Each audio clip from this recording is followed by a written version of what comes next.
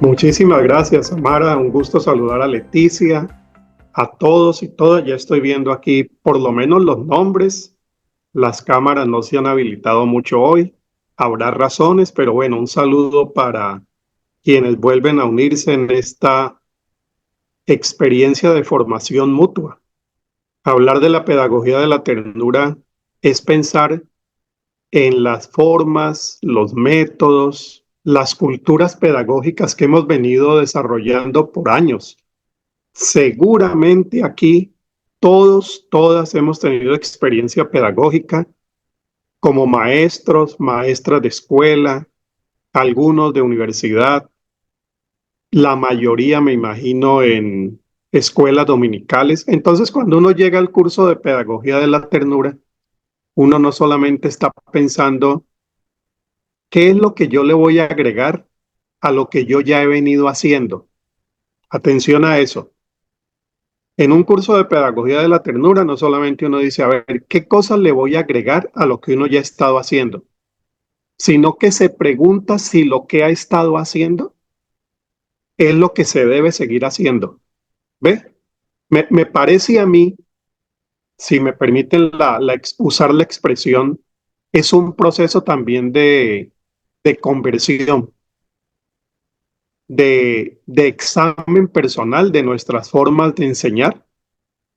Y sobre todo, cuando hablamos de las formas de enseñar, estamos refiriéndonos más a la didáctica, a la metodología.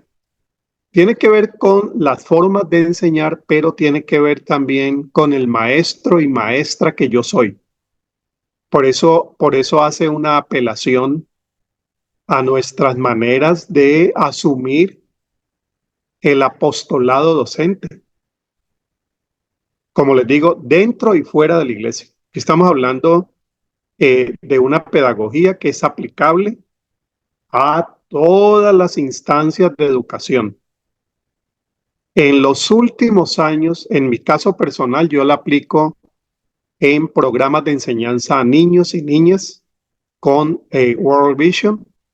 Y a propósito, en la última clase yo les voy a dejar las primeras insinuaciones de una metodología de lectura bíblica participativa intergeneracional, que es un proceso que estamos haciendo con niños y niñas en universidades donde enseño, seminarios, en algunos casos enseño temas de teología, espiritualidad, en otros temas de administración y liderazgo. Entonces yo veo que esta pedagogía de verdad va más allá de la educación propiamente bíblica. No es que cuando enseño de Moisés, de David y de Gedeón, allí va la pedagogía de la ternura, pero enseñar matemáticas, contabilidad, finanzas, ingeniería, ¿cómo aplicaría la pedagogía de la ternura? Aplica en todas esas áreas. Y de eso vamos a avanzar un poquito hoy. En la introducción de esta mañana vimos el video que vamos a tener un quiz. Ese quiz tiene 10 preguntas. Esas 10 preguntas yo estoy ya por terminar de revisarlas y enviárselas a la administración del curso. Ese quiz, Leticia, si entendí bien, se va a hacer el próximo sábado. Así es. Entonces, para que ustedes tengan en cuenta la importancia del PowerPoint que yo les estoy dejando.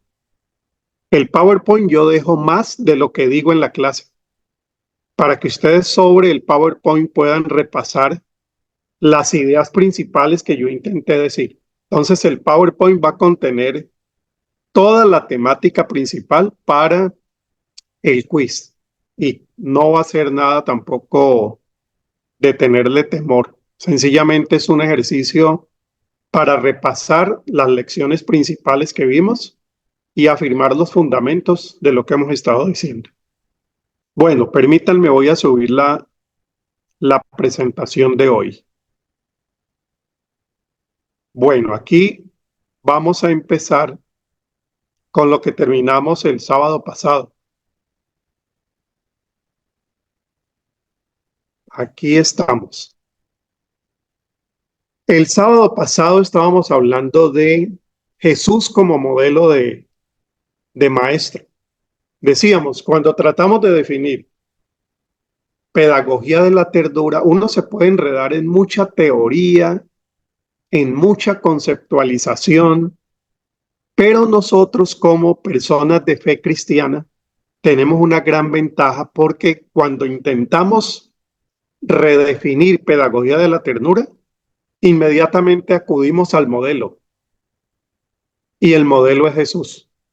Si uno dice, a ver, pedagogía de la ternura, se lo voy a explicar con un ejemplo, es Jesús.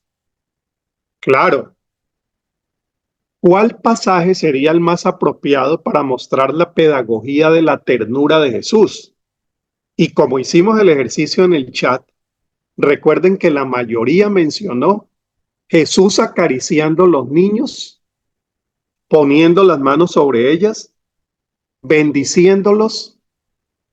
Ahí hay ternura sin duda, sin duda. Otro de los textos que se mencionaron en el chat fue Jesús perdonando a la mujer adúltera. Ahí hay ternura, porque donde los religiosos traían furia y violencia, Jesús traía perdón y misericordia. Y enseñaba, porque era la manera de enseñar. Ya ustedes ven que en Jesús la vida era el marco de enseñanza que él tenía. Él enseñaba sobre el transcurrir de la vida cada día. Él no programaba la agenda de clases diciendo, bueno, el martes vamos a tener los temas tal y cual. No, en la medida que va transcurriendo la vida, él iba dejando sus lecciones. Y cuando se aparece esa oportunidad con la mujer adúltera, pues él deja una lección que los evangelios recogen y que tenemos hasta el día de hoy. Ese fue un texto que se mencionó. Se mencionó el texto de las parábolas. Ahí hay ternura porque el maestro se pone a la altura de quienes están aprendiendo. Busca figuras que les sean fáciles de entender.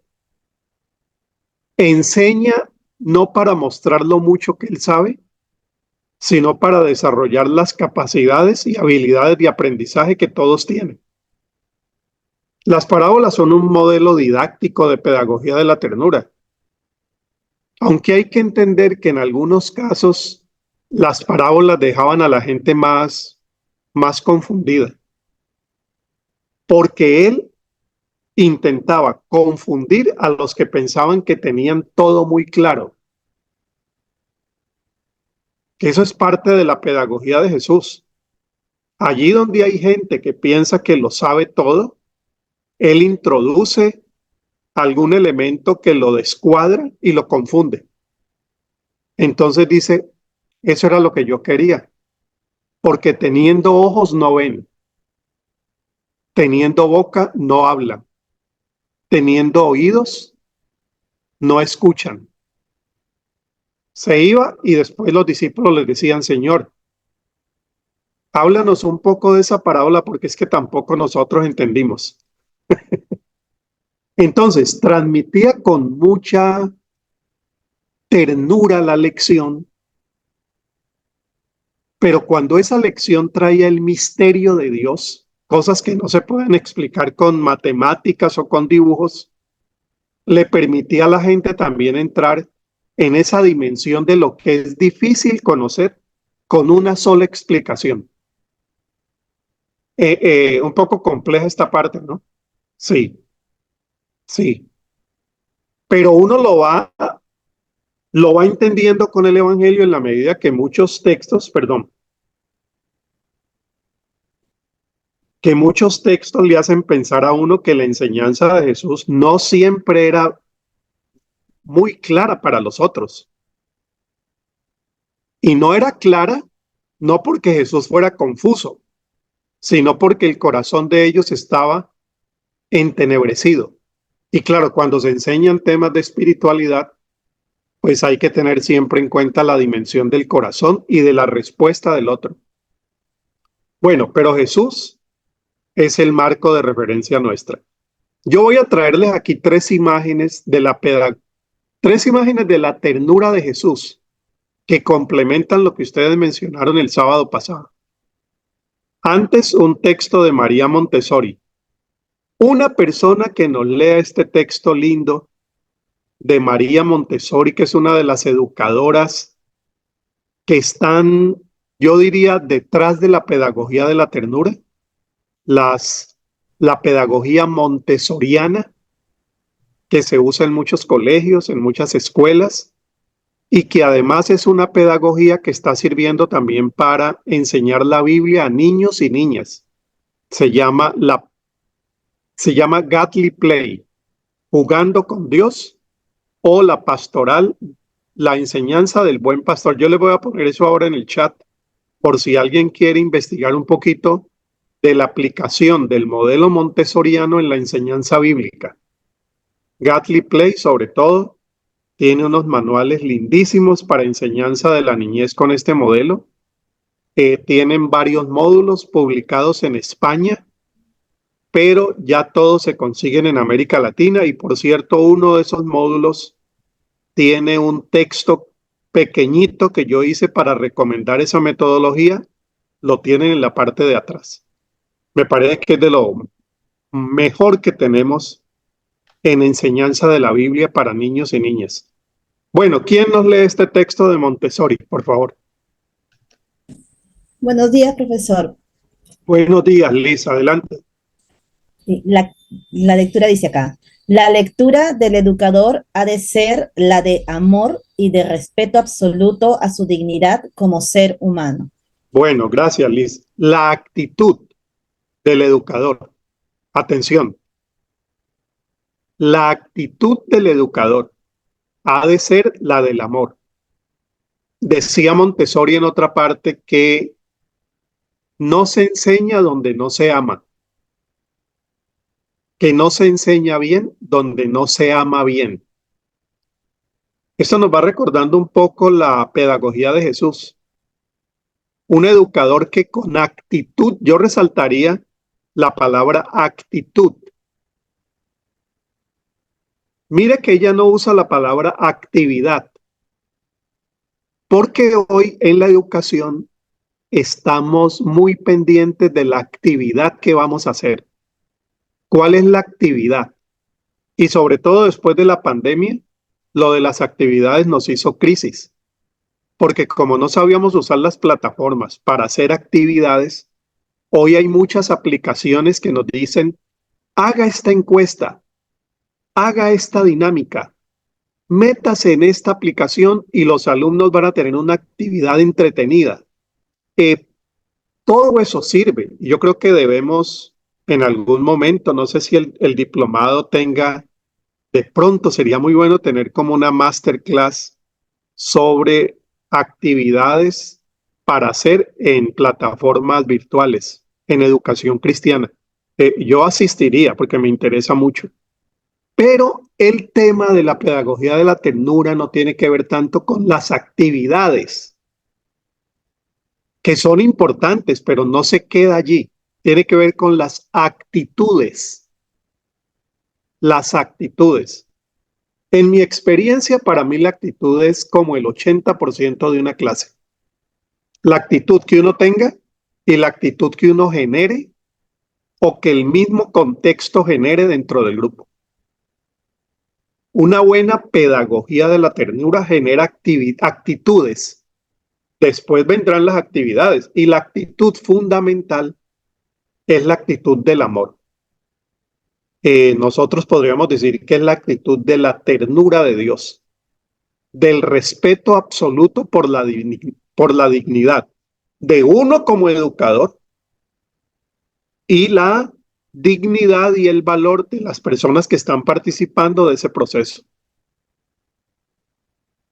Es una pedagogía entonces que apunta muchísimo al ser humano en el centro.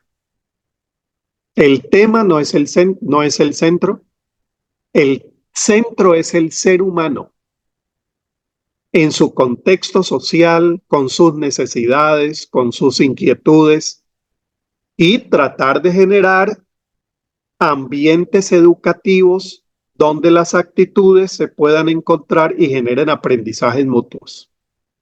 Bueno, muy bien. Vamos entonces con el cierre de esta parte de Jesús como ternura de Dios. Yo voy a presentarles 3 imágenes del Jesús tierno. A ver a ustedes cómo les parece. Para mí la ternura de Jesús se podría resumir en estos tres momentos de su vida.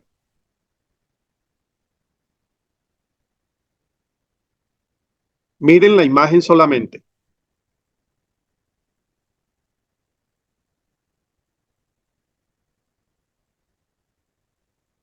Miren los rostros. Miren lo que la imagen proyecta, lo que la imagen lo hace sentir a uno. Miren las manos.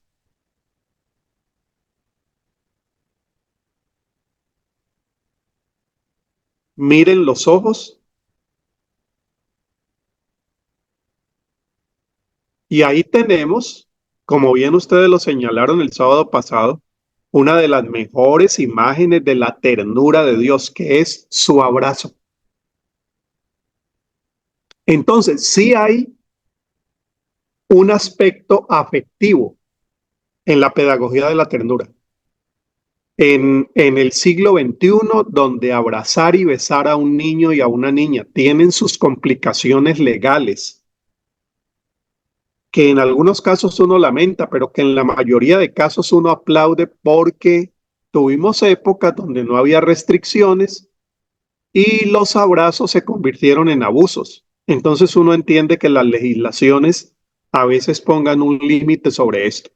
Entonces, en el siglo XXI, donde el abrazo y el beso tiene su complicación, hay que reconocer que hay múltiples formas más de expresar afecto, de expresar cariño y de expresar atención y respeto por la otra persona, por la persona a quien se le está enseñando.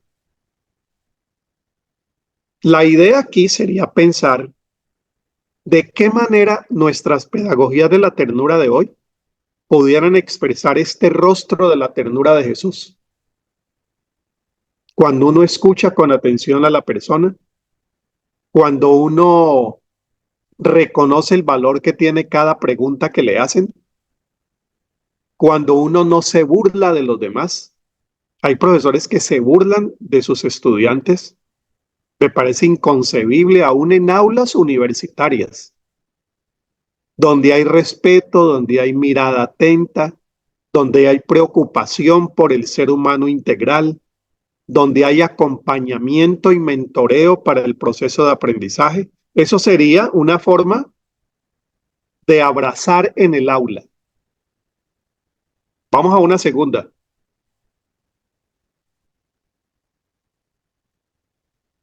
Esta la mencionaron ustedes también, que es la mujer adúltera. Miren otra vez la imagen.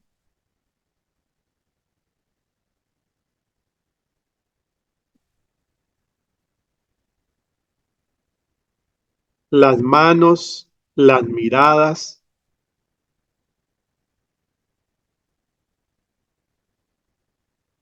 Aparecen 3 manos, aparecen 4 personajes.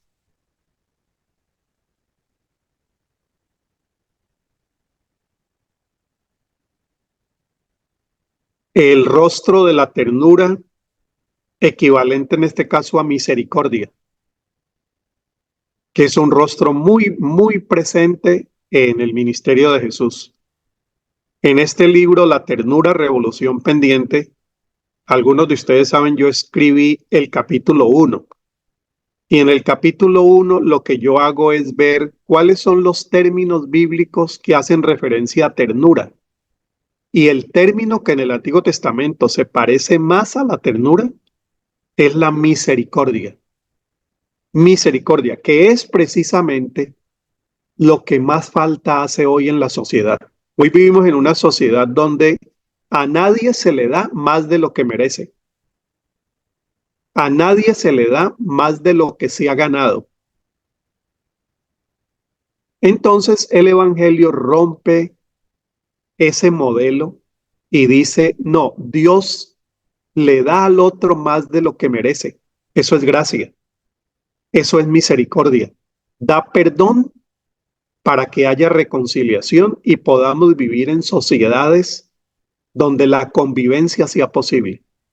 Allí donde no hay sociedades misericordiosas, no tenemos procesos de reconciliación después de guerras, enfrentamientos armados, como en el caso de Colombia, 60 años, les decía yo, en conflicto armado, donde la gente dice, no, al que mató que se le mate o que lo pague. Pero la misericordia es la que rompe esos procesos históricos y nos permite abrirnos a nuevas formas de convivencia social. Eso de perdónalos porque no saben lo que hacen. Es la misericordia de Dios, es una forma de convivir, es una forma de convivir que nosotros no aprendimos en la casa, hay que decirlo. Cuando hablo de la casa no hablo de mi casa, hablo de los modelos familiares que nos formaron hace 5 décadas o más, en las que al hijo se le daba lo que merecía. Y cuando la hija cometía un error, la hija debía salir de la casa. Yo tengo todavía imágenes de familias que cuando una hija quedó en embarazo, mire, tengo una imagen aquí siendo yo pastor en Colombia, la imagen de una familia que dijo, el pecado no va a convivir en esta casa. Le metieron en una maleta todas sus cositas y se la pusieron en la puerta de la calle. Claro, porque no merece quien ha cometido un mal. Noten que la misericordia tiene aquí unas aplicaciones muy amplias para la convivencia social y la enseñanza. Entonces, un papá cómo enseña, una mamá cómo enseña. Los gestos de misericordia enseñan. Y enseñan más que cuando uno se sienta en la mesa de comedor para dar una lección. Entonces Jesús hace de la misericordia forma de vida y lección de ternura de Dios. Bueno, pero aquí viene la tercera imagen, porque estas dos imágenes son fáciles de entender como ternura, pero hay una tercera que no es tan fácil, que es esta. Miren esa imagen de Jesús.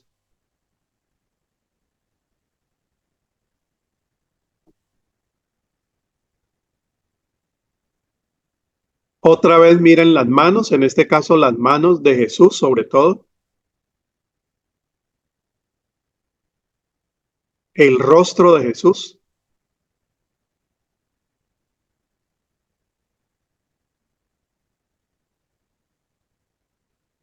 Los rostros de la gente que está allí. Allí sí hay mucha gente. Ya ustedes recuerdan que este es el momento cuando Jesús voltea las mesas de los cambistas. Yo voy a corregir esta parte porque dice su misericordia, no, su indignación. Voy a corregirla, su indignación. A ver, esta es la parte más crítica de la ternura de Dios. Porque la gente me dice, ¿cómo es posible que en ese gesto de Jesús que estaba airado haya ternura? Bueno, lo voy a decir de una vez. Donde hay una persona tierna, hay una persona que reclama justicia y se indigna por el mal. Donde hay una persona que enseña y sabe que hay contextos de injusticia, de limitación, de violencia y no dice nada, no se indigna, eso no es tierno. La ternura nos lleva a indignarnos con las situaciones de injusticia que ocurren en el mundo. A ver, un caso social que ustedes puedan tener en cuenta aquí para entender esto. En América Latina han sido muy frecuentes los casos de niños y niñas abusadas sexualmente por un familiar. La abuelita sabía que abusaban al niño y niña, pero nunca divulgó quién era. Hasta pasados los años, cuando se dieron cuenta que era un tío y que la abuela sabía, pero nunca quiso acusar a uno de sus hijos. ¿Ustedes piensan que allí hay una abuelita tierna? Eso no es ternura. En el concepto de pedagogía de la ternura, teniendo en mente el modelo de Jesús, allí no hay ternura. Allí donde se esconde el mal, donde se teme al escándalo, allí no hay ternura. Vámonos a otro caso. Ustedes saben los cientos y cientos de casos de pedofilia que están llegando ahora mismo a las conferencias episcopales y al Vaticano. Yo personalmente lamento mucho eso. Cuando converso con sacerdotes amigos, ellos dicen, Harold, estamos en una encrucijada y es muy grave lo que está pasando. Y algunos de ellos me dicen, Harold, y es más grave de lo que la misma prensa ha dicho. Digo, ¿pero qué pasó? La iglesia le temía más al escándalo que a la justicia. Entonces, para evitar el escándalo trasladaban al sacerdote. ¿Ustedes creen que ahí hay ternura? Donde se esconden tantas injusticias. Entonces, la pedagogía de la ternura dice, bueno, enseñamos como enseñaba Jesús, y donde hay ternura hay indignación. Por eso la ternura tiene, y esto Alejandro Kusianovic, ahora lo vamos a ver, lo repite una y otra vez, tiene una dimensión política.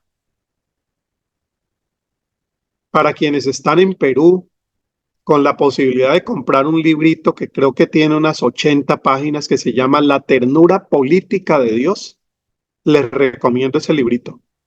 Se consigue en la asociación donde trabaja Alejandro Kusianovic, allí en Lima. La ternura política de Dios. Pero aparte del librito, el título me interesa mucho. Porque Dios se indignaba. En el Antiguo Testamento, allí donde se vendía a un pobre por un par de zapatos, Amós, donde el campesinado estaba sufriendo, Miqueas, donde el culto era tomado como una forma para comprar a Dios y dejar a Dios en silencio, Isaías. Entonces Dios sale a reclamar porque Dios es tierno. Y donde hay ternura, se busca la justicia. Por eso una pedagogía de la ternura en América Latina trata de vivir bien en el aula, con afectos, con emociones, con actitudes integrales que faciliten el aprendizaje del área que sea, pero se interesa por vincularse a procesos sociales donde se luche por mayor dignidad, por mayor respeto, por acatamiento a los derechos de los niños y las niñas donde estamos trabajando. Ese factor social y político es muy importante en pedagogía de la ternura. Conozco una profesora, de pronto hasta la podría invitar para una pequeña entrevista el próximo sábado en Chile. Me impresionó muchísimo la experiencia porque ella me invitó para que fuera a una escuela de niños y niñas a un sector muy vulnerado en Santiago, a las afueras de Santiago de Chile. Ahí tuvimos un proceso lindo de lectura bíblica intergeneracional, pero la mayoría eran niños o niñas peruanos, niños y niñas venezolanos que habían cruzado la frontera y estaban viviendo ahora en Chile, la mayoría venezolanos. Después de que hablé con la profesora e hicimos todo el proceso, me dice Harold, la mayoría de profesores están saliendo de la escuela porque la situación de este barrio es muy difícil, hay mucha violencia, los niños en esta escuela ingresan armas, hay tráfico de drogas. Yo me voy a quedar aquí porque pienso que entre más difícil sea la situación, Dios me pone aquí como testimonio de su amor y de su ternura. Ella ha estado en muchos procesos de formación de ternura. Entonces me decía, me quedo porque yo quisiera que al salir de esta escuela en los años que Dios me tenga, el barrio quedara en mejores condiciones. Por eso yo me uno con movimientos sociales que luchan por la dignidad de los niños, el respeto a sus derechos, tratar de ver cuáles son los niveles de pobreza que está viviendo este sector de la ciudad, que no nos alejen de los planes sociales del gobierno central. Entonces mire cómo allí ella cuando está en el aula es una persona cálida, una persona que transmite con ternura, que genera relaciones, pero que también tiene esa dimensión social y política buscando contextos de mayor dignidad. Ese es el rasgo político de la ternura. Si usted quiere, búsquele otra palabra a lo político. El rasgo de indignación. Y ahí tenemos a Jesús. Y Jesús sí que estaba indignado. Una de las traducciones precisamente usa la palabra indignado, porque han convertido la casa de Dios en cueva de ladrones. Imagínese qué fuerte eso, ¿no? La han convertido en cueva de ladrones. Voltea las mesas donde están los cambistas y ustedes ya saben después qué pasa. Bueno, abrazo, misericordia, indignación. Pero podríamos agregar otras palabras más también. Pero creo que estas tres recorren muy bien tres aspectos diferentes de esa ternura. En resumen, yo diría, teniendo en cuenta la pedagogía de Jesús, que es una pedagogía dialogante. Una pedagogía dialogante, a través de la palabra, dialogante. La palabra es muy importante en la pedagogía de la ternura. El diálogo, no solamente el discurso, el diálogo para escuchar qué está pensando el otro, qué le inquieta, qué perspectiva tiene de lo que estamos viendo, qué no entiende, es una pedagogía dialogante. Cosa que hay que reaprender porque las pedagogías tradicionales son discursivas. Es una pedagogía inclusiva, incluye a quienes generalmente la educación tradicional excluye, lucha para que los niños y niñas, independientemente de que sean indígenas, afro, cual sea su conducta, su raza, tengan derecho a la educación. Es una pedagogía empoderadora, una pedagogía que permite que el participante sueñe con superar al profesor, sueñe con hacerse cargo de su vida, sueñe con tener el poder que el Espíritu Santo nos da como recurso para vivir la vida con libertad y plenitud. Una pedagogía que empodera para la vida, no una pedagogía que te dice es que eres bruto, es que esto te queda difícil entender, no empodera sino que humilla. Una pedagogía compasiva, tanta falta que nos hace hoy en día la compasión, ponerse en los zapatos del otro. La compasión es más que la empatía. Es ese afecto que incluye también la ternura de Dios y que lo vemos una y otra vez en Jesús, siendo compasivo. Y una pedagogía aprendiente. Quien está enseñando está aprendiendo. Un texto que me gusta mucho a mí para hablar de esta pedagogía aprendiente de Jesús es la de Jesús con la mujer sirofenicia, donde ella le pide un milagro y él le dice no, porque yo solamente voy a los de la casa de Israel. Ella insiste, es ella la que usa figuras metafóricas y dice, Señor, pero cuando uno está comiendo las migajitas que caen de la mesa, los perrillos vienen y las comen. ¿Por qué no me tratas a mí como un perrillo? Y de las migajitas de tu gracia me das una. Y Jesús se queda mirándola y dice, mujer, esa fe tuya ni en Israel yo la he encontrado. Vete, tu fe te ha salvado. Qué lindo eso, ¿ah? donde Jesús a una mujer extranjera, pagana, le cede la palabra. Jesús no es la voz de los que no tienen voz. No, Jesús le da la voz para que hablen los que no han tenido voz. Y la escucha. Y recoge la lección de la mujer y dice, mujer, me has puesto a pensar. En verdad tú no eres de Israel, pero me has hecho pensar que la gracia de Dios va más allá. Tienes una fe que ni en Israel yo había encontrado. ¿Quién aprendió ese día? Aprendió también Jesús. Jesús también aprendió. Claro, a nosotros nos cuesta un poco decir que Jesús aprendió porque pensamos que como es Dios, todo lo tenía ya aprendido.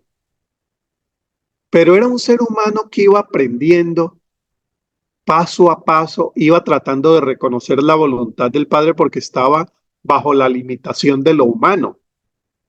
Y bajo la limitación de lo humano, aprendía e iba discerniendo la voz de Dios en cada momento.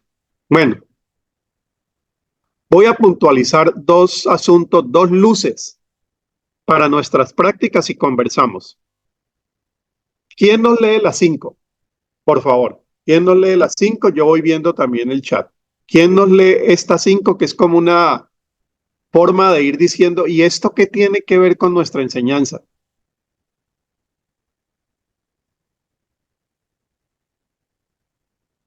¿Quién nos lee las 5? Carla tiene la manito levantada, profe. Carla o Eiber. Buenas tardes. Dice, Carla, adelante. la pedagogía de la ternura, desde nuestra perspectiva de fe, tiene como paradigma y modelo a Jesús, el Señor y Maestro. Muy bien, entonces, afirmado eso. El modelo es Jesús. El modelo no es José Martí, no es María Montessori, no es Alejandro Kusianovic. El modelo es Jesús. Sexto, ¿quién nos lee el sexto?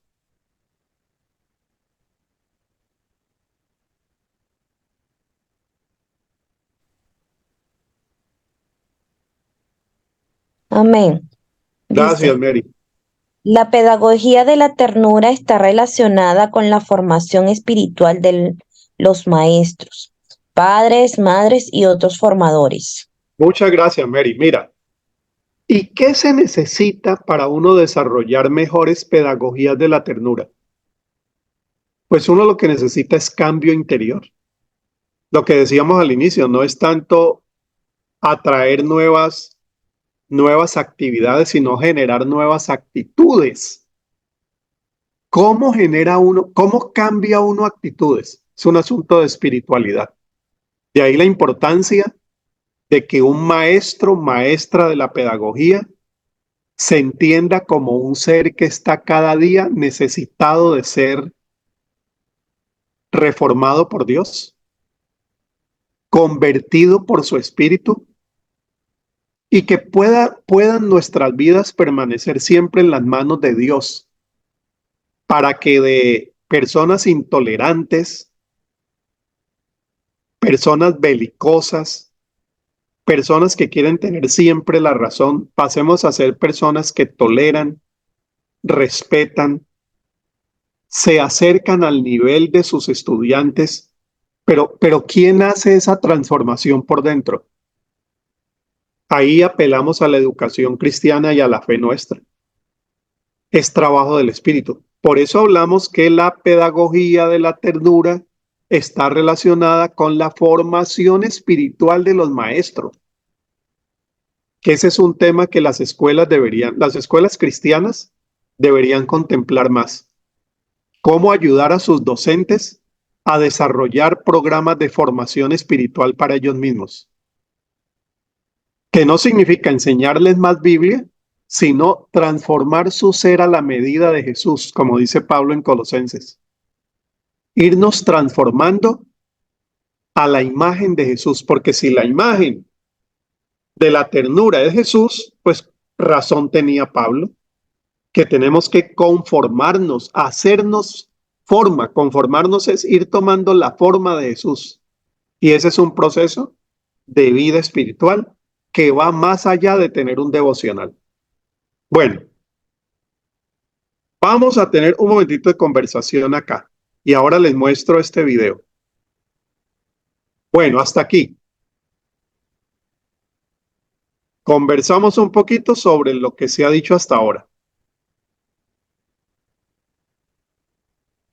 Preguntas, inquietudes, hemos hablado del modelo de Jesús. El modelo de Jesús.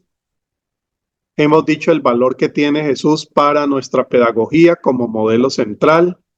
Hemos dicho que esa pedagogía no solamente se centra en los modelos de afecto de Jesús, sino que incluye esa parte que veíamos ahora de indignación, que es la dimensión política de la ternura de Dios. Bueno, les escucho. Preguntas, inquietudes, algo que quieren agregar. Estoy viendo el chat también. Me pidieron el nombre de la profesora de Chile. Ahora les paso, ella está en redes sociales también. Les paso el nombre de ella. En redes sociales se llama Carla Docente. Carla Docente, por si alguien quiere conocer su experiencia. Bueno, coméntenme alguna pregunta. Yo voy buscando aquí. En el chat hay una pregunta, profe Harold. A ver, vamos a verla. De José Luis. Sí, correcto, gracias. Con gusto, profe. ¿Cómo formarnos espiritualmente? Mira, ese es todo un tema grande, ¿no? La formación espiritual de los docentes, la formación espiritual de pastores, la formación espiritual de la gente de la iglesia. No podría darte una respuesta así tan fácil. Te recomiendo algún libro que pueda ayudarte en eso, porque el tema no es solamente con una píldora. Mira, José Luis, aquí está la píldora, tómatela, sino que es un proceso de formación espiritual. Yo, al final del año, voy a dar con Bíblica Virtual un certificado que se llama Certificado de Información Espiritual, que son 3 meses. Y ahí presento 12 prácticas para la formación espiritual de nuestras vidas, de nuestras iglesias, de nuestros docentes en este caso, pero mira que el tema es extenso. ¿Cómo formarnos espiritualmente? Entonces voy a ponerte por aquí, les voy a poner el título de un libro que puede ayudarnos en esto de la formación espiritual. Ya lo voy a poner.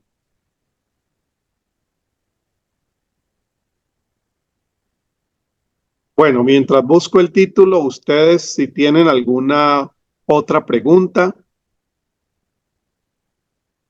Estoy buscando aquí para ponerles. Voy a ponerles la referencia del libro en Amazon. Este es un autor que yo recomiendo, Peter Escacero, que tiene una serie de libros sobre espiritualidad emocionalmente sana. Y él está incluyendo prácticas para la formación espiritual que nuestras iglesias por lo general han descuidado. A nosotros en las iglesias evangélicas nos han enseñado 5 prácticas para la formación espiritual: la lectura de la Biblia, la oración, la asistencia al culto, el diezmo y la evangelización. Pero resulta que hay muchas más que dejamos por fuera porque nos parecían que eran de otras iglesias, pero que reconocemos que forman parte de la gran tradición cristiana y que podrían enriquecer mucho nuestra vida personal. El retiro, el silencio, la dirección espiritual, el peregrinaje, la contemplación, la vida contemplativa. Pero ese librito, José Luis, te puede ayudar. Bueno, hay otras preguntas. Mary, precisamente esto de espiritualidad y sanidad del corazón es lo que Escacero, el autor que les acabo de poner, afirma aquí. Él dice, no puede haber salud espiritual donde no hay salud mental.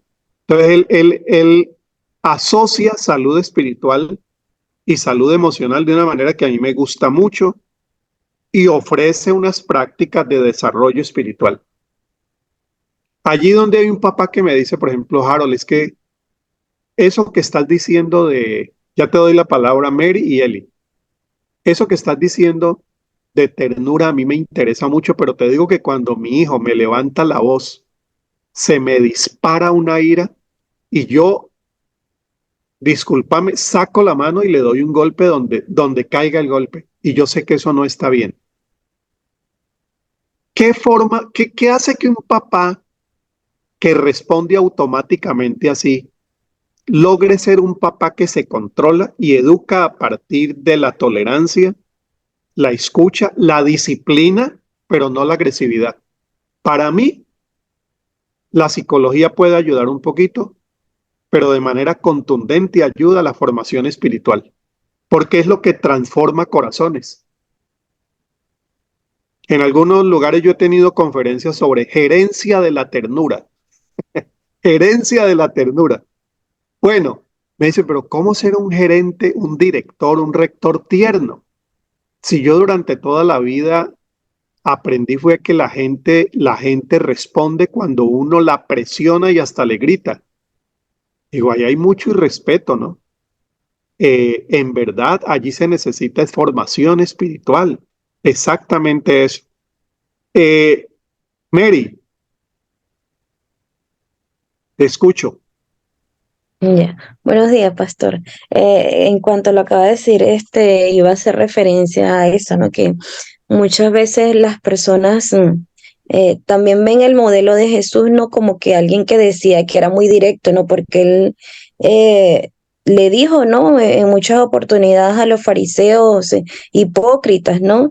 Y entonces a veces tienden a como que si Dios fue tuvo compasión y amor, pero también fue directo. Y hay personas que usando eso tienden a herir a las personas.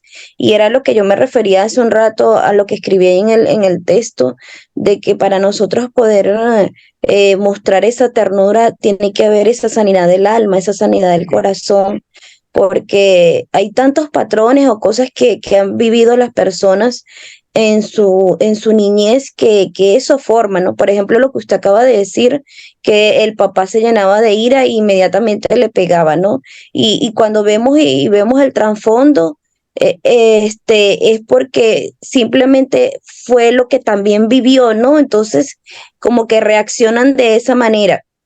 Y yo lo he visto, ¿no? En este tiempo en que yo también me consideraba un poco una mamá violenta y el Señor me ha ayudado porque yo lloraba, Señor, no lo quiero hacer, yo quiero amar a mi hijo, tratarlo bien, pero reaccionaba, ¿no? Como este papá.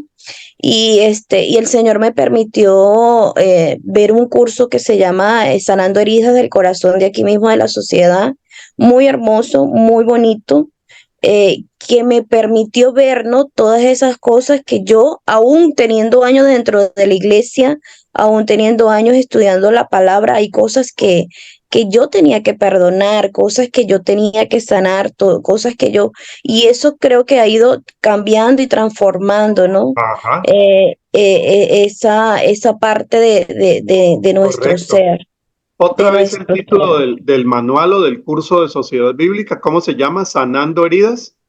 Sanando heridas del corazón. Muy, Aquí les muy pongo. bonito. A lo mejor la hermana Leticia o la otra hermana podrán dar información en cuanto a eso. Mire, Pero es eso, lo de formación espiritual son estos procesos. Sanando heridas del corazón, allí lo acabo de poner también. Bueno, Mary, muchísimas gracias porque estás afirmando precisamente con tu experiencia que esto tiene que ver con nuestra formación espiritual, más que con aprender metodologías que siempre son tan necesarias, tiene que ver con la profundidad de nuestras actitudes, donde solo llega el Espíritu de Dios. Eli, adelante, Eli. Pastor, buenos días. Muy agradecida por la enseñanza que él nos está dando. Realmente, para mí, en mi opinión, muy agradecida porque en realidad hay muchas cosas que uno a veces ignora, ¿no? Por el que, en este caso, todo lo que nos está brindando, toda la información. y me llamó mucho la atención, ¿no? Cuando mostró las imágenes y ver una de las características de Jesús en lo que es la ternura, cuando él se indignó, ¿no? Eso, como usted mismo explicó, muchos a veces tenemos la idea de ternura solamente, ¿no? En otra, pero en este caso nos está dando una amplia y muy agradecida por eso, pastor. Bueno, no, gracias, Eli, por tu actitud y por tu comentario que nos ayuda también a entender cómo hacemos un proceso personal en aras de buscar una pedagogía como la de Jesús. Voy con las preguntas del chat. ¿Cuál es el equilibrio entre autoridad y ternura? Luis Enrique, importante tu pregunta. Uno podría hacerla a partir de Jesús. Jesús, ¿cómo se ganaba la autoridad? Siendo tierno. Es decir, la autoridad se gana con amor. Lo que pasa es que en América Latina a nosotros se nos metió la idea de que autoridad se gana con represión, orden, grito y arma. No le hables a tu papá porque tu papá tiene la autoridad. Tenía con qué darte. Allí donde hay una autoridad que se impone, pierde autoridad. Para Jesús, ¿no? Vuelvo otra vez a la pregunta. Si el profesor tiene autoridad, la tiene por el cargo. Es el profesor. La otra es cómo se la gana frente a los estudiantes. ¿Ves? Son dos cosas distintas. Entonces yo te digo, la autoridad tuya, ¿de dónde viene? Que a mí me nombraron. ¿Ya? De ahí en adelante que Dios te ayude, porque ahora te tienes que ganar la autoridad frente al grupo. ¿Y cómo se gana la autoridad frente al grupo? Con capacidad. Que la persona demuestre capacidad para enseñar lo que está enseñando. Con metodologías que facilitan el aprendizaje.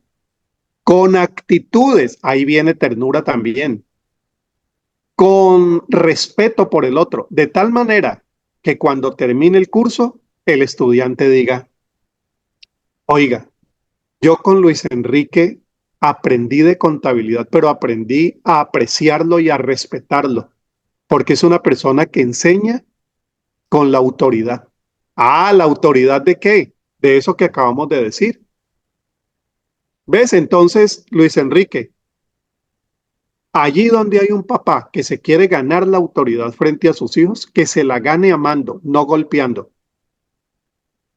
no gritando, no insultando, porque la autoridad que se gana insultando, gritando y golpeando es una autoridad temporal,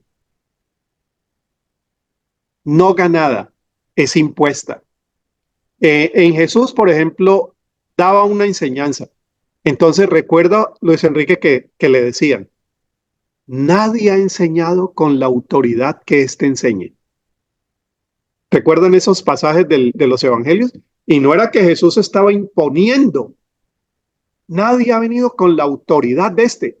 No era que venía como el emperador ni como el sumo sacerdote, es que venía a enseñar cosas profundas, entregándose por la gente, amando y respetando. Se ganó la autoridad. Entonces yo distingo autoridad entregada y autoridad ganada. Yo soy la autoridad en mi casa porque Dios me dio la autoridad. Aquí todos me obedecen. Autoridad que Dios te dio. Gánatela. ¿Y cómo se gana? Bueno, como ya hemos dicho. Entonces, esa es la diferencia que yo personalmente hago, ¿no? Eunice, asumí conocer muchos conceptos. Dediqué un mes para aprender el significado de cada concepto como amor, humildad, discipulado, resultados transformadores. Mire, procesos de transformación espiritual. Eso es, Eunice.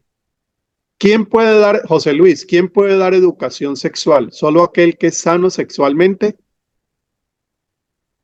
Debería ser, debería ser. Y esto de la educación sexual no solamente tiene que ver con ética y moral, tiene que ver con otros aspectos más, donde nuestras comunidades no han tenido muchas veces ni la más mínima información, ni la más mínima información. Entonces hay una dimensión moral y ética, pero hay otros aspectos que tienen que enseñarse. Y yo personalmente creo que para tener sociedades más sanas, más equitativas, más autoprotegidas con su cuerpo, necesitamos dar educación sexual desde lo mínimo, desde lo biológico, pasando por lo afectivo y llegando a lo moral y lo ético. Porque la educación sexual no solamente es moral. Muchacho tiene que aprender cómo se usa un dispositivo, cómo se usa, qué significa esto. Y yo soy promotor de una educación sexual que nos ayude a tener una generación distinta a la que ya vivió, que ni sabía que era un embarazo, comunidades indígenas que ni entendían qué significaba una relación sexual, y que esas educaciones más dentro del campo cristiano deberíamos darla con los valores nuestros, pero que es urgente, urgente. Venimos de papás y mamás que nunca nos hablaron de ese tema. Personalmente, mi papá jamás se metió con ese tema. Mi mamá fue un poquito más libre, pero tarde. Yo aprendí eso en la calle. Yo aprendí de sexualidad en la calle. Y ustedes saben lo que uno aprende de sexualidad en la calle. Entonces, cuando yo llegué a la iglesia a los 18 años, allí vine fue para reformar muchas cosas que me había recogido en la calle y que no correspondían a una verdadera vida sexual. Bueno, dice, mire, Carla Docente es el nombre que aparece en redes sociales, Carla. Y ustedes pueden decirle, Carla, felicitaciones por tu trabajo docente. Estamos en una clase de pedagogía de la ternura y nos gustaría conocer tu experiencia. Y ella siempre está muy dispuesta para eso. Es una pedagoga de la ternura en sectores muy vulnerables, trabajando de una manera muy integral. Dice Liz, ¿a razón de que al enseñar santidad, más que mostrar misericordia, se muestra autoritarismo? Cuando nuestro Señor muestra todo lo contrario. Es algo que aún se ve en la iglesia y algunos maestros o pastores. Sí, es cierto. José Luis dice, es necesario diferenciarlos con otras espiritualidades que no son la fe en Jesús. Sí, eso allí sí cada uno va por el camino espiritual que ha escogido. Nosotros escogimos la espiritualidad formada en el camino de Jesús y en la mayoría de nosotros, yo supongo, formatos evangélicos de formación. Entonces cada uno ahí va por su denominación, sus formas de buscar esa formación. Proceso de, bueno, todo lo que están diciendo aquí. Esta me interesa mucho, Marixa. ¿Cómo se lleva a cabo la indignación? Buena pregunta, ¿no? ¿Qué significa hoy voltear las mesas? Eso tiene connotación política y social, sí. Es político, es partidista, cada uno delante de Dios debe buscar sus formas. En lo personal, yo participo en redes que promueven políticas públicas donde se respeten los derechos de la niñez. Promuevo como educador la Convención de los Derechos del Niño. Participo en diferentes redes confesionales que trabajan por la protección de la niñez contra toda forma de la violencia. Eso es un quehacer político. No pertenezco a ningún partido, ni quiero pertenecer. Y al último al que pertenecí era un partido evangélico y no quiero saber de partidos evangélicos. Estamos en confianza. No quiero saber de partido evangélico ni de partidismo. Yo creo que se hace labor política cuando se asumen responsabilidades sociales, se entiende la necesidad de los grupos con los que estamos trabajando y buscamos unirnos a los esfuerzos que hace la sociedad, no solamente la iglesia, la sociedad, por el bienestar integral de la misma sociedad.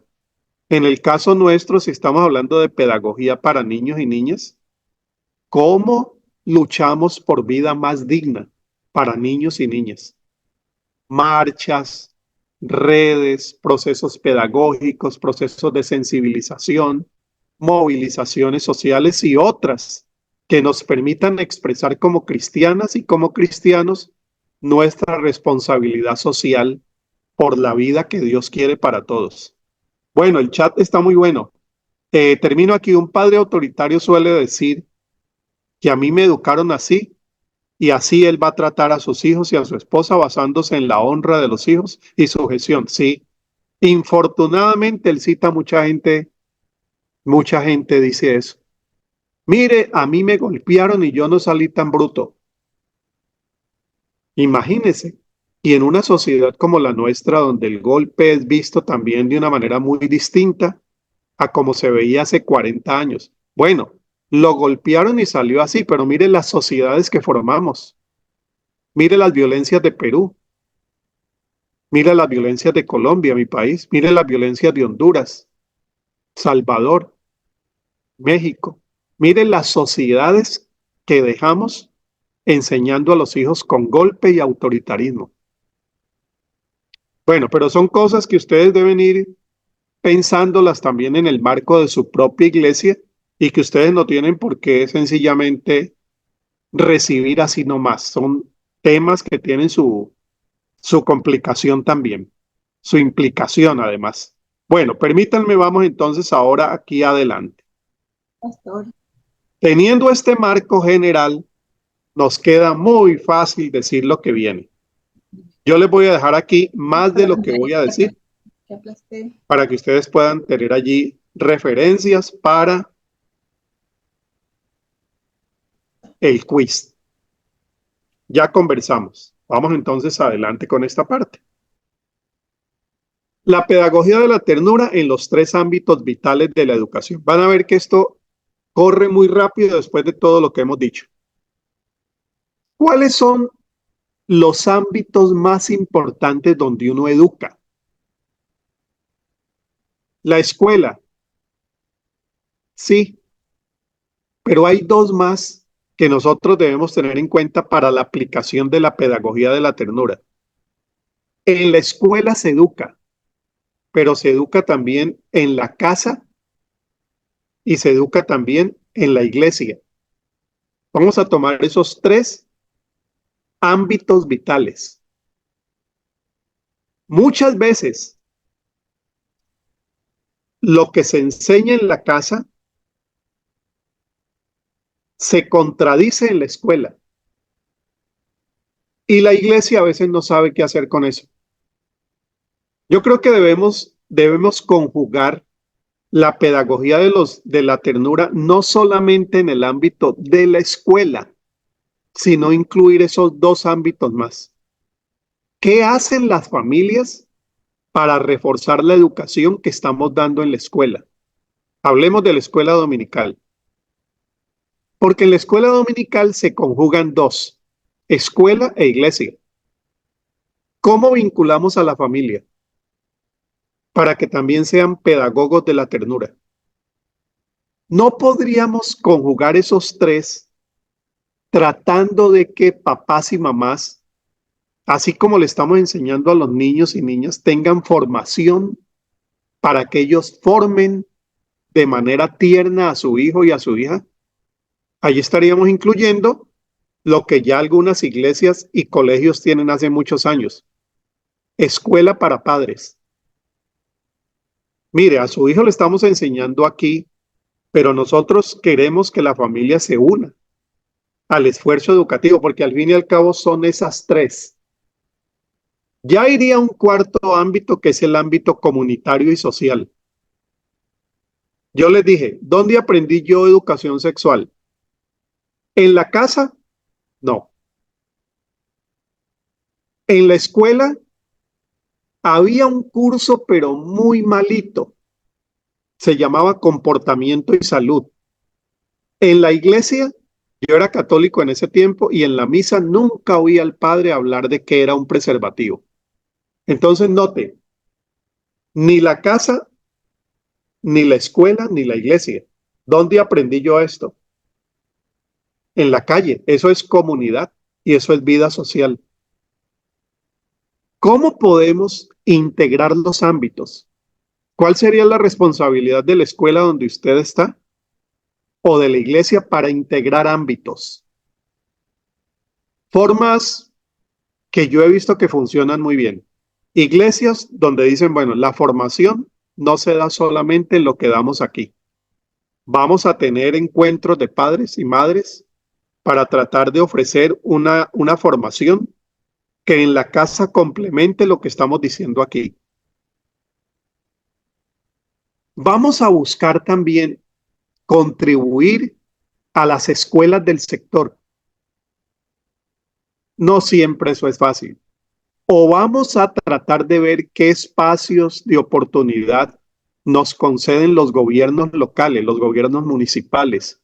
¿Qué se está haciendo para formar desde el ámbito ya social en los campos sobre tal o cual? Ya eso sería ahí escoger sobre cuál campo queremos nosotros educar. Ámbitos donde se encuentra bastante confluencia. La educación para el cuidado de la creación, la parte ecológica. El ámbito del cuidado de la salud. Bueno, habría que buscar en cada localidad, pero lo que estamos diciendo es, cuando hablábamos de pedagogía de la ternura, no la estamos encerrando solita en la escuela, porque la escuela educa una parte, pero la familia, la comunidad y la iglesia forman en lo que dicen y en lo que hacen.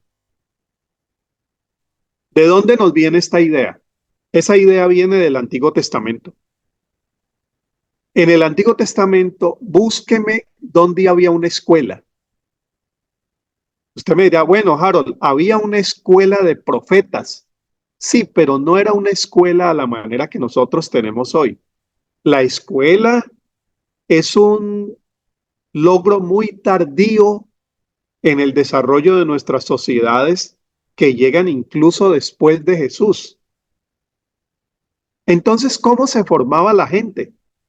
Se formaba en estos ámbitos de la familia y la sociedad. Jesús y María forman espiritualmente a Jesús y lo forman de una manera tierna, integral, responsable.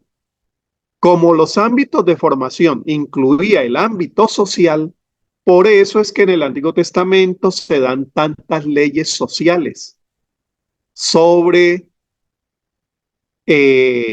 la salud pública, qué hacer cuando alguien no paga una deuda, qué hacer con los intereses, a quién cobrarle un interés y a quién no. Pero uno nota a Dios muy preocupado en las legislaciones de vida social. ¿Por qué? Porque la sociedad también educa. Y la sociedad educa a través de sus normativas, sus lineamientos, sus políticas sociales que nos vayan educando para una convivencia más plena. Un ejemplo moderno, lo que las legislaciones han hecho sobre fumar en lugares públicos. Yo recuerdo cuando joven, yo fumaba, mis amigos fumaban, todo el mundo fumaba. Mire, cosas que hoy producen risa. Fumábamos en los teatros, fumábamos en los buses, fumábamos, yo no, pero mi papá me cuenta, fumaban en los aviones. Los aviones tenían un lugar donde apagar el cigarrillo y botarlo ahí. Tenían un cenicero, los aviones. Bueno, ¿qué hizo que eso cambiara? Las legislaciones. Las legislaciones son conscientes de que fumar en público no hace bien y limitan. Pero es la legislación, no es la formación de la familia, diciéndole, papito, mira, no se debe fumar en...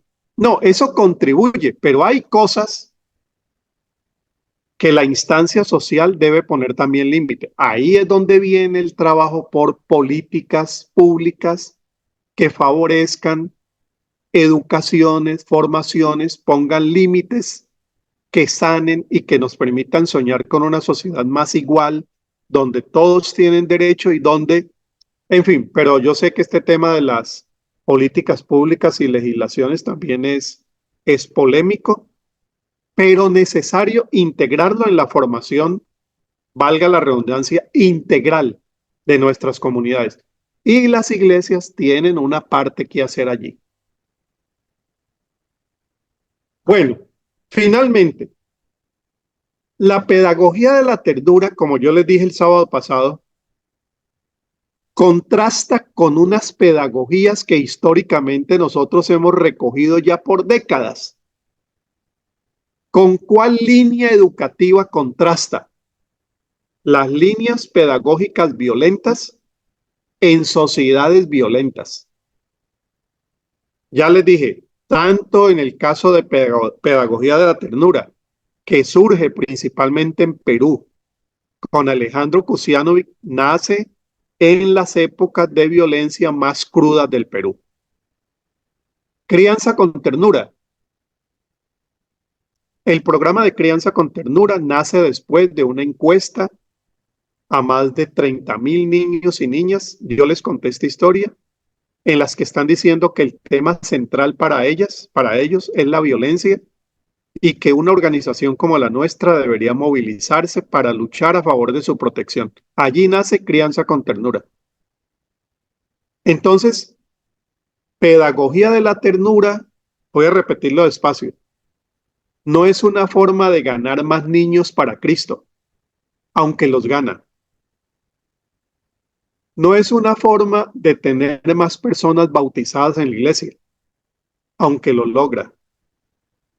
Es una forma de, en el nombre de Jesús, aportar a sociedades más pacíficas, que conviven de manera más respetuosa y que excluyen de sus formas de vida la violencia. Es una alternativa a la violencia, que es el gran problema de América Latina. Gran problema de América Latina es la violencia, y la pedagogía de la ternura, desde la familia, desde la iglesia y desde la escuela, intenta enseñar de manera que en nuestras sociedades logremos superar las violencias aprendidas de papás que golpearon porque creen que así se gana la autoridad, de estados que mataron porque pensaban que así se mantenía el orden, de sacerdotes y pastores que gritaron porque se pensaba que así se enseñaba mejor a Dios. Tenemos estados, sociedades, herencias religiosas muy, muy violentas. Si ustedes se ponen a ver cómo llegó el evangelio a América Latina, llegó en medio de la conquista española. Entonces eso deja heridas que se resienten mucho. Bueno, en comunidades indígenas son heridas todavía abiertas, y que la pedagogía de la ternura intenta que superemos esas historias de violencia con la ternura de Jesús. Bueno, voy a dejarles aquí algunos datos que de alguna u otra manera ya los he mencionado. Cada día, cada semana, cada mes se suman nuevas víctimas de violencia. En nuestro continente americano ocurre el 37% de los homicidios de todo el planeta. Doloroso el asesinato de mujeres. Aquí en Costa Rica acaba de haber una noticia, ha sido la noticia que nos ha tenido ya por 2 semanas en primera página. Una mamá, linda mamá con 2 hijos, un esposo que parecía como una persona muy respetuosa. Parece que la señora tenía otra persona afuera. Él no soportó eso, y en sociedades tan machistas, donde eso no se soluciona de otra forma sino con violencia, él encontró que la forma de arreglar eso era asesinándola. Uno dice, ¿cómo es posible que eso pase en sociedades que fueron formadas por Iglesia Católica y que llevan 100 años de predicaciones alternativas evangélicas? Sigue pasando. Y la estadística dice el 37% de los homicidios de todo el planeta pasan aquí. Casi todos ocurren en América Latina, donde somos apenas el 8% de la población mundial. Es un problema muy serio, muy serio. Y uno no puede hacer pedagogía sin tener en cuenta ese contexto en el cual nos estamos moviendo.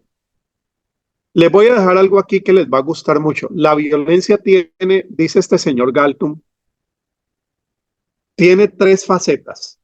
La violencia directa es la del golpe, es la del asesinato. El golpe generalmente lo ubicaríamos ya el maltrato físico, la tortura, la humillación, el grito, el insulto. Eso es violencia directa. Pero hay también una violencia simbólica, una violencia cultural, aspectos que la cultura legitima y que no le hacen problema porque lo han naturalizado.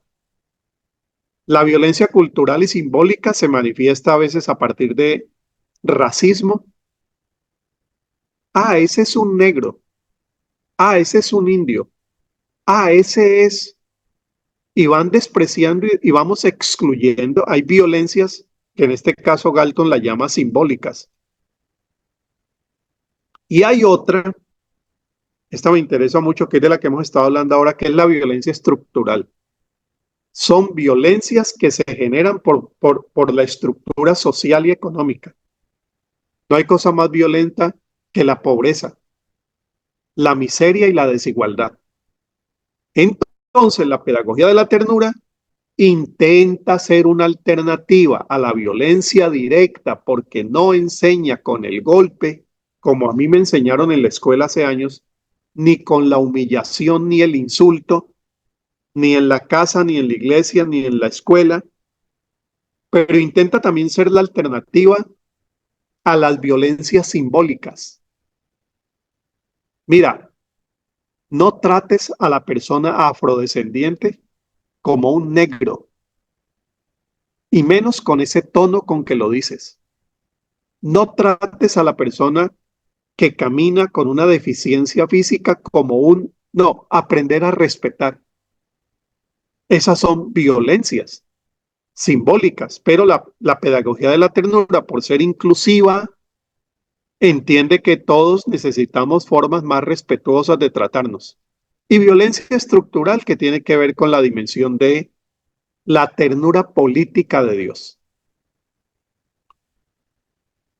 Bueno, la doctora Ana Greller, les recomiendo seguir a Ana Greller en sus redes sociales, principalmente en un sitio que se llama conexionternura.com, que yo les dejé el sábado pasado. Ella es mi colega en World Vision, donde trabajo. Juntos editamos el libro de la ternura, Revolución Pendiente. Es una especialista en temas de ternura, como les digo, médica pediatra que ha analizado los efectos neurológicos, fisiológicos, sociales, y afirma Ana que precisamente trabajamos en la ternura como una alternativa a las violencias naturalizadas que tenemos en nuestras sociedades latinoamericanas. Esa violencia simbólica fue una que nos golpeó mucho a los evangélicos por allá en los años 50 y 60, cuando se nos discriminaba, era violencia simbólica. No se nos permitía que los muertos evangélicos fueran enterrados en los cementerios que tenía la ciudad. Allí nacen los cementerios civiles, era violencia simbólica. Templos fueron perseguidos.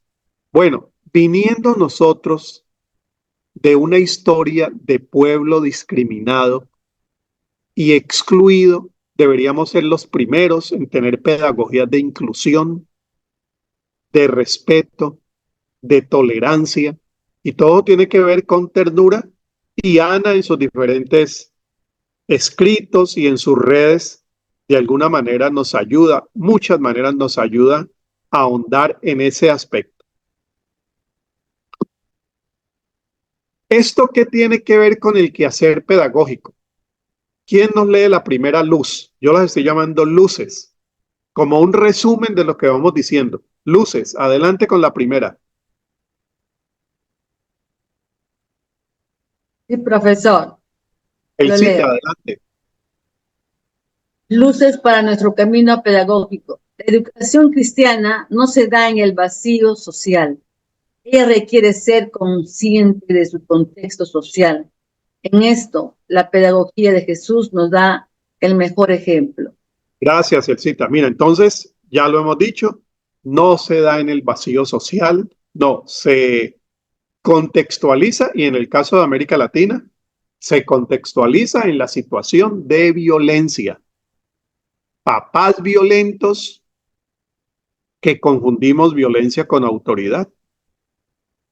Mamás silenciadas por las violencias normalizadas en la sociedad por parte de los hombres.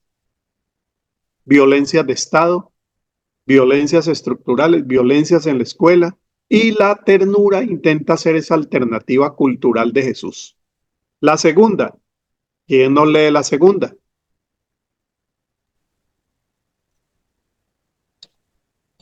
La pedagogía de la ternura, más allá de ser efectiva en sus metodologías, procura ser afectiva en su trato con los demás. La ternura es un bálsamo que sana las heridas de tantas violencias. Gracias, Patricia. Mira qué importante esa dos. La pedagogía de la ternura intenta ser efectiva, pero también afectiva. Combinemos esas dos. La pedagogía que necesitamos en nuestras escuelas tiene que ser efectiva, que lo que está enseñando se entienda, se implemente, sea lo que sea. La educación musical, que sea efectiva, que la persona que llega para tomar la clase de piano aprenda efectiva, pero será más efectiva en la medida que es afectiva. Porque donde el profesor de piano hace una relación de respeto, de cariño, de cuidado y de atención integral sobre el que está aprendiendo, se dice que éste aprende mejor. Entonces es afectiva y afectiva. Y entre más enredado sea el tema que usted necesita enseñar, por ejemplo, griego del Nuevo Testamento, que siempre me ha parecido a mí bastante complejo. Ese es como el álgebra de la teología. Enseñar, por ejemplo, trigonometría, cálculo integral, son cosas que requieren mucho afecto. Metodologías que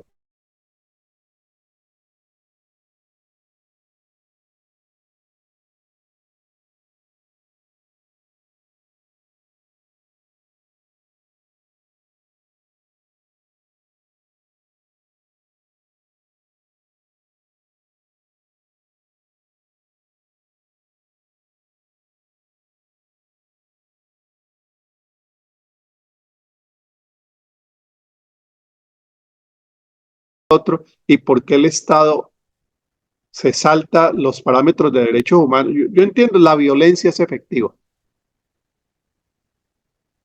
Y la violencia es efectiva, pero a cortito plazo, a muy corto plazo. En estos días estábamos hablando sobre un gobierno centroamericano que ha tenido mucha efectividad en, en superar las violencias que tenían.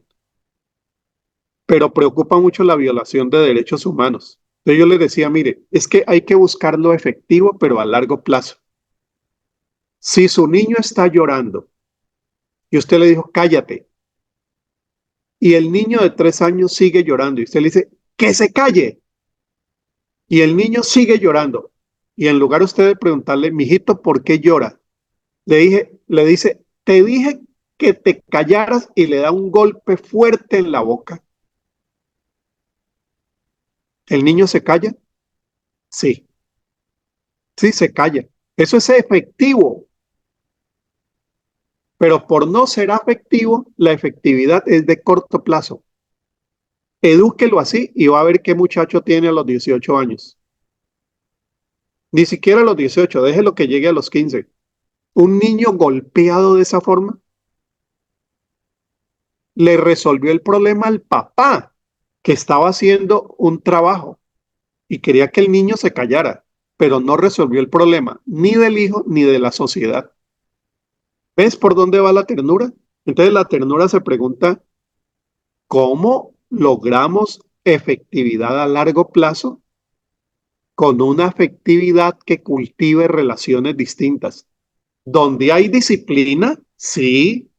Donde hay autoridad, donde hay orden, pero sin necesidad de poner el golpe, el insulto y el irrespeto para el otro. Bueno, Mary dice, la mayoría ha recibido una educación con patrones de violencia. Es que de ahí venimos. Mi papá me golpeó, mi profesor me golpeó, y si me hubiera dejado de otro, mis amigos me golpeaban, resolvían los problemas peleando. Si yo miraba mal al otro, el otro me daba un golpe. A los 14 años me dieron uno por acá.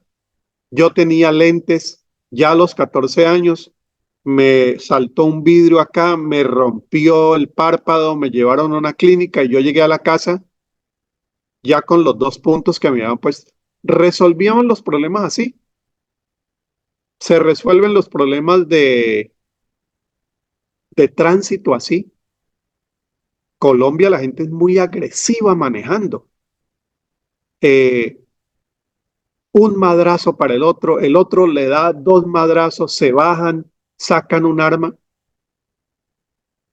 ¿Resolvió el problema? No resolvió el problema. Pero venimos de sociedades que aprendieron a resolver los problemas dando el golpe en la boca, porque era efectivo. Yo me pongo a pensar, por ejemplo, en este señor, y oro por él, el señor que asesinó a la esposa. Para él es 30 años de cárcel. Sus 2 hijitos van a criarse sin él. Hay un problema ahora tratando de ver quién se queda con el niño, si la familia del papá, si la familia de la mamá. O sea, una tragedia por el mal manejo de esa emoción y cosas. Habría que ver cómo lo educaron. Ahí vienen pues los psicólogos a ayudarnos un poco a entender cómo eso deja huellas muy grandes. Que, hombre, la pedagogía de Jesús tenía razón. Los males no se evitan generando peores males. Jesús habla de una respuesta distinta a la violencia. Si te obligan a ir 1 milla, vaya 2, pero resuelva el problema. La mayoría ha recibido, sí. Qué interesante esta reflexión de las políticas públicas. Ahí tenemos mucho que hacer en temas de políticas públicas. José Luis dice, si habló mucho en Perú de la espiral de la violencia. La violencia crea violencia. Cuando Jesús dice, ama a tu enemigo, es una forma de parar la enemistad. Porque si un enemigo me convierte a mí en enemigo de él, ya hay 2 enemigos. Y en los pueblos de Colombia, 2 enemigos trajeron 2 familias enemigas. Y 2 familias enemigas producen sociedades enemigas. Jesús dice, ámalo. En el momento en que amo al enemigo, no dejo que el enemigo se meta en mí. Y paro la enemistad. Aplicación de ternura. Pero la gente dice, no, yo no puedo a un enemigo amarlo porque entonces se va a convertir en más enemigo. Pues Jesús dice que hay otra forma de acabar con esas violencias. Lili, hoy en día se dice que los niños adolescentes son de la generación de cristal. ¿Cómo influiría la pedagogía de la ternura? Mire, la ternura no convierte al hijo, la hija o al estudiante en un ser débil y dependiente de mí. Esa pregunta me gusta mucho, Lili. No, empodera. No le resuelve lo que el otro puede resolver. Pedagogía montessoriana. Si lo puedes hacer, yo no lo hago por ti. Eso es ternura. Lo acompaña para que sea un ser que tenga valores que le permitan enfrentar la vida con resiliencia, hacer de las situaciones de dolor oportunidades para crecer. Porque cuando se habla de la sociedad, la generación de cristal es una sociedad que ha sido sobreprotegida, sobrecuidada, todo se lo han hecho y que a veces cuando intenta resolver algo en la vida real no sabe cómo hacerlo. La ternura no es así. Volvemos otra vez al modelo de Jesús. Esos 12 se quedaron a cargo de la misión y los que pensábamos que no podían hacerlo porque eran 12 de cristal se convierten en 12 de zafiro y llevan la misión porque Jesús los forma para el empoderamiento. Eso tiene que ver, Lili, más con el empoderamiento. Muy buena pregunta. Bueno, cerramos aquí. Permítanme, vuelvo a la presentación. Bueno, a todo esto que hemos dicho, le debemos una gratitud muy grande a Alejandro Kusianovic. Yo les dije en el libro que editamos con Ana, Alejandro escribe el capítulo 10, que para mí es uno de los mejores. Alejandro tiene, yo creo, los textos más completos sobre pedagogía de la ternura. Creo, Leticia, que los tenemos en el curso ya descargados, o si no los descargamos, porque Alejandro ha tenido la generosidad de ponerlos en línea y abiertos a todos.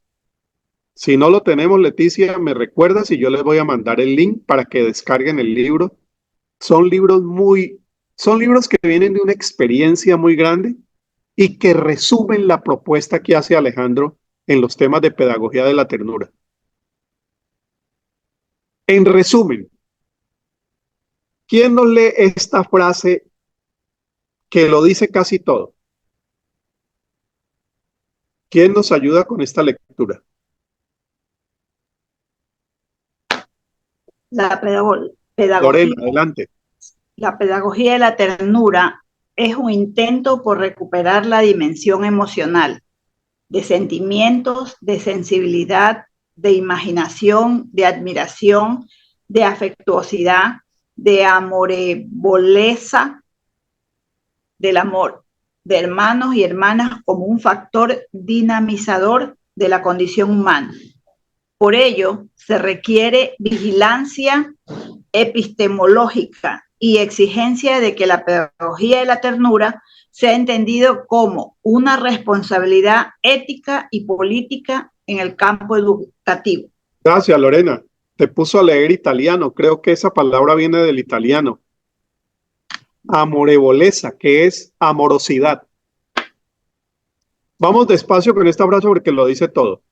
Es un intento de recuperar la dimensión emocional en la educación, porque la educación perdió la dimensión emocional.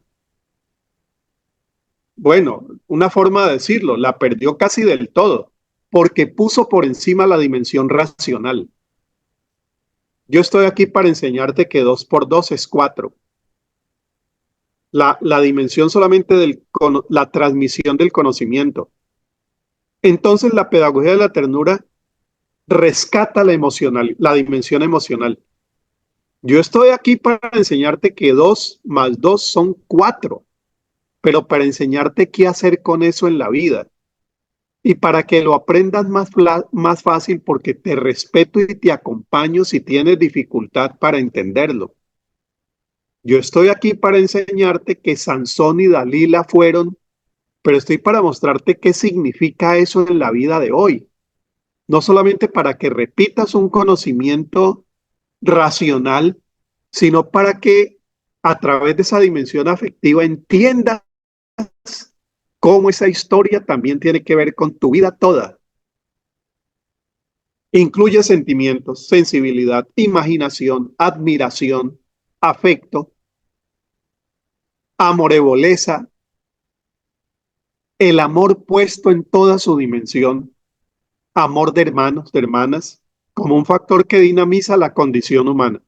Y Alejandro que es un activista de los movimientos con niños trabajadores del Perú. Son niños que les toca irse desde los 7 u 8 años a los campos peruanos a trabajar. No puede dejar por fuera la responsabilidad ética y política del educador y la educadora.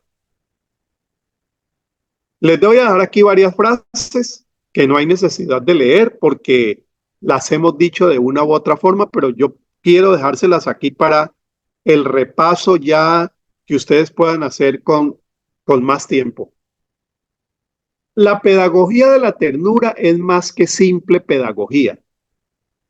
Es decir, cuando uno viene a una clase de pedagogía de la ternura, uno piensa que le van a dar solo herramientas, actividades, que esas las vamos a dar también. Pero la pedagogía de la ternura es algo más que eso. Dar actividades, dar formas metodológicas de enseñanza, la didáctica es relativamente fácil. Y hoy que hay tantas fuentes para aprender nuevas maneras de enseñar. Entonces Alejandro dice, la pedagogía de la ternura es más que simple pedagogía. Pero miren cómo combina esa frase. Pero la pedagogía de la ternura es también pedagogía. Porque algunos sí preguntan, Alejandro, entonces, esto es solamente cariño, afecto, pero la parte de la metodología pedagógica, ¿dónde está? Él dice, no, las dos cosas se combinan, claro. Y él aclara, si bien la pedagogía de la ternura es algo más que pedagogía, ella es también pedagogía. Por eso, en la pedagogía de la ternura nos preguntamos por qué lugar ocupa la palabra cuando uno transmite el lenguaje en la construcción de ese sujeto niño, niña, en el desarrollo del adulto, padre, madre, en la construcción de esa matriz, dice él, simbólica que la palabra contiene. Entonces, es una pedagogía que incluye integralmente todo el acontecer de la enseñanza y el aprendizaje. Tiene una dimensión emocional y afectiva, ya la hemos dicho mucho.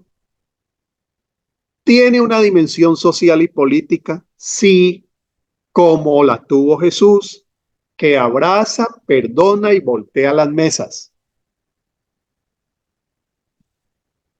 Tiene una dimensión transcultural como exigencia pedagógica.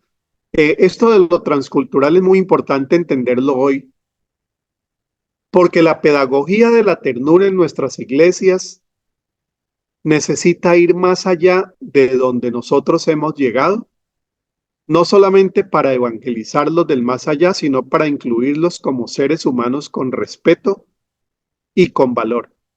Que los niños de comunidades indígenas que participan de nuestras iglesias urbanas se encuentren en un lugar.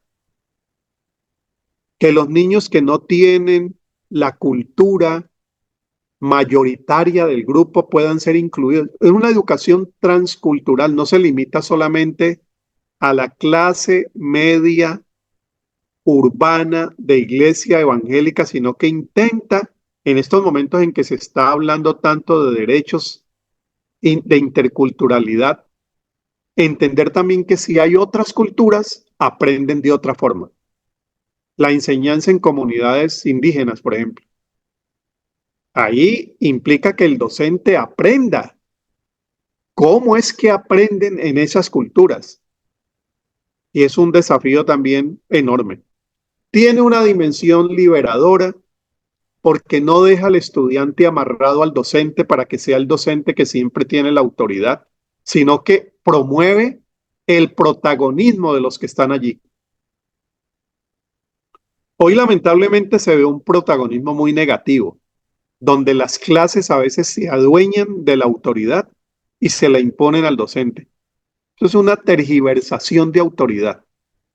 Yo creo que aquí el protagonismo tiene que ver con el protagonismo que lleva al respeto mutuo, porque hay comunidades donde se irrespeta al docente, se irrespeta al papá, se irrespeta a la mamá, se irrespeta al adulto.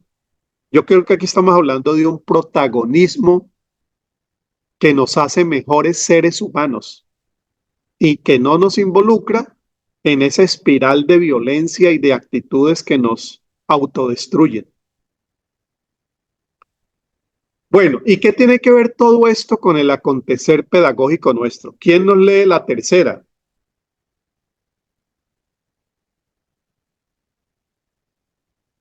Por favor. Yo, profesor. Bueno, Susana, y con la cuarta, Eiber. Sí, bien. La tercera. La educación cristiana en América Latina se da en contextos multiculturales que de por sí son un don y una tarea para la labor educativa.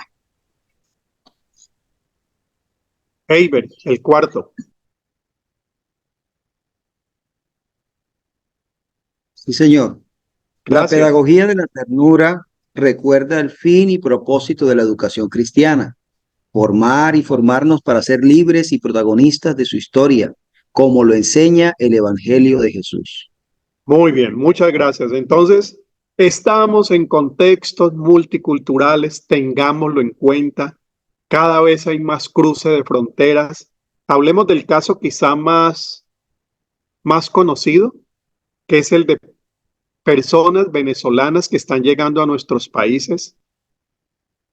Gracias a Dios por ellas, no gracias a Dios por las situaciones que los están llevando a esas largas caminatas por toda América Latina.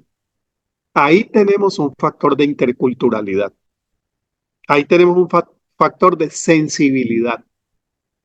Esta experiencia que tuve en Chile con niñas peruanas y niñas venezolanas, yo la voy a recordar mucho. Mire, contando sus experiencias de dolor y de angustia. Una de ellas decía, cuando pasamos la frontera por Perú, se tapaba las orejitas y decía, yo oía balas y balas, yo no quiero volver por allá. Y después soltaba una risa nerviosa. ¿Cómo pueden nuestras pedagogías interculturales acercarse a esas experiencias e incluir? En lugar de decirle, esa es la niña veneca, ese es el niño veneco. Mira, aquí tenemos un desafío de la práctica de la ternura de Dios. Y hablamos de venezolanos, hablamos de cubanos, hablamos de haitianos, como si hablaba de, y se sigue hablando de latinos en Estados Unidos, de latinos en Europa, donde nos dicen sudacas, donde tienen que hacer iglesias para sudacas, y los europeos hacen, ¿cómo hacemos iglesias más interculturales y más tiernas? Donde la niña venezolana sea incluida con la colombiana en iguales condiciones de dignidad, valor y respeto. Ahí tenemos un desafío de pedagogía de la ternura. Porque lo que la sociedad no va a aprender, que es que el que llega es un entrometido, podemos enseñarlo en la iglesia. Que el que llega es un ser humano digno, que llega con dolores, con angustias y que necesita de nuestra acogida. Si tenemos una sociedad que no acoge, la iglesia no puede repetir el modelo. Es allí en la clase de los niños donde esa interculturalidad juega un rol social muy importante. Y lo que nos leyó Eiber. Al fin y al cabo, esta pedagogía nos recuerda el fin y propósito de la educación cristiana. Yo les digo a ustedes, ¿cuál es el fin de la educación cristiana? Y ya ustedes saben que no tienen por qué creerme todo lo que yo diga. El fin de la educación cristiana no es tener en las iglesias más cristianos. El fin de la educación cristiana no es que los cristianos sepan más la Biblia. El fin de la educación cristiana no es que el país se vuelva evangélico. El fin de la educación cristiana no es que nuestra iglesia tenga más gente que las otras. El fin de la educación cristiana es formar y formarnos como personas libres y protagonistas de nuestra propia historia, tal como lo enseña el Evangelio de Jesús. Yo he venido para que tengan vida y para que la tengan buena. Vida con respeto, una convivencia saludable entre judíos y gentiles, entre judíos y Sirofenicia. No es que la Sirofenicia venga a la sinagoga de Nazaret, sino que donde nos encontremos como seres humanos. Y a esa pedagogía nos invita Jesús, y de esa pedagogía vamos a seguir hablando en las 2 semanas siguientes. Yo voy a ver el chat y voy a ver qué otra participación de ustedes quieren tener en estos 5 minutos. Hoy en día se dice que los niños, ya esa la vimos. En el chat no tenemos otra participación. Entonces, si quieren usar el micrófono para hacer algún comentario, y después le damos a Leticia o a Samara para la despedida. Adelante. Pregunta, inquietud, no entendí muy bien, no estoy de acuerdo, me gustó, no entendí cómo aplico esto. Yo. Ustedes me dirán, adelante. Lorena. Cuando la persona no ha aprendido a abrazar y se le hace difícil o hasta se le incomoda cuando alguien lo abraza, ¿no? Se puede transmitir ternura sin abrazar ni tampoco hablar en forma diminutiva. Sí. Eso impide que se gane la autoridad dada por Dios. Sí, gracias, Lorena. Me gusta mucho tu pregunta porque mira que estás dando la respuesta allí mismo, ¿no? Se puede transmitir ternura con otras expresiones que no sean las del abrazo. Por otro lado, Lorena nos está haciendo un favor para recordar que la ternura no es solamente abrazos. No, la ternura se expresa con el respeto, la atención que yo te presto. A ver, hagamos el ejercicio aquí. A ver si la respuesta que te voy a dar te resulta como un abrazo a la distancia. Lorena, eso que estás diciendo nos ayuda mucho en esta clase. Nos está recordando que la ternura no es solamente abrazo. Y me gusta mucho tu pregunta porque estás diciendo que la ternura sí debe ir más allá. Debe ir poniéndole atención a lo que el otro pregunta. Por eso tu pregunta para mí tiene tanta importancia. Y además veo que en tu pregunta hay una forma de querer que todos aprendamos. Se abraza sin necesidad de usar los brazos. Se abraza a veces poniendo límites a los niños. Se abraza mirándolos directamente, diciéndoles palabras de cariño y de respeto, no usando solamente el diminutivo, sino haciéndoles sentir que son personas que para mí merecen toda la atención, tratando de enseñarles lo que uno quiere que aprendan de unas formas que faciliten y sean amigables para el otro. A ver, ¿piensas que yo estoy de alguna manera generando alguna actitud tierna hacia ti? Oh, sí, claro, yo sí entiendo, pero lo que quiero saber cuando ha habido un contexto, así como su educación, más o menos, que lo narró al principio. Entonces, bueno, en ese contexto es que estoy... En ese caso, paciencia y hacer acercamientos progresivos, porque una persona que no ha sido abrazada ni quiere que la abracen, el abrazo no se le puede imponer. Entonces, habría que buscar otras formas, Lorena, para expresar ese afecto y esa ternura, sobre todo en varones latinoamericanos que tienen tanta reserva con el elogio, el cariño, y que muchas veces lo rechazan. Yo creo que allí hay que ir con mucha prudencia, no imponiendo y buscando las formas como esa persona pueda abrirse también a una relación más afectiva. Esto se hace a veces muy difícil con los años. En mi caso, yo tuve la experiencia con mi papá. Mi papá es una persona muy cuidadosa, muy respetuosa, muy atenta, muy cumplidora, muy cercana a mí, pero es una persona emocionalmente muy distante. Ya cuando llegan a viejos y están necesitando de uno, difícil, ¿no? Porque la relación siempre ha sido a partir de la distancia.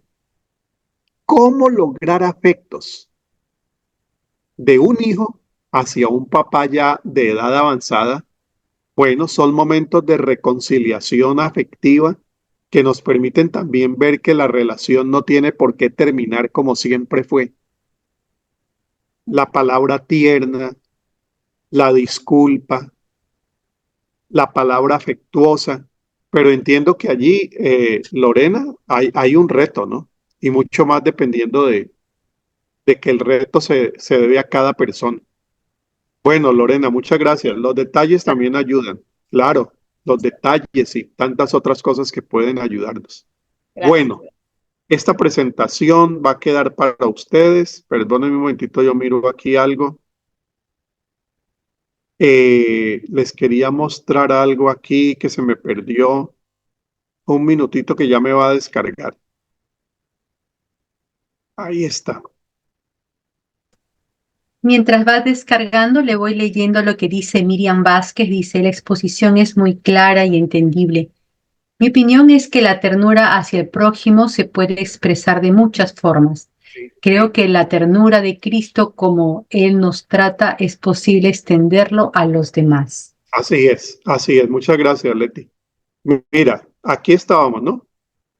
Aquí estábamos, ya conversamos y lo que quería era darles las gracias, mostrarles las redes sociales en las que estoy, donde intento poner cada día, todos los días pongo algo que tiene que ver con el Evangelio de Jesús y mostrarles ese dibujito. Hace como unos 6 años comencé a pintar y a dibujar para tratar de calmar también mis ánimos, balancear mis actividades y generar actividades que no sean como las que siempre tengo, sociales, pastorales, y el arte nos ayuda un poquito a sensibilizar también la vida. Cuando hablaban de formación espiritual, dentro de la formación espiritual, cómo intentar poner en nuestra vida un poquito más de arte, música, amistad, bueno, y otras cosas más que cada uno vaya encontrando. Yo he encontrado en el dibujo esas formas también de ir uno balanceando su vida y que nos hace mucha falta a todos y a todas. Leticia, tu tiempo para la despedida y muchas gracias.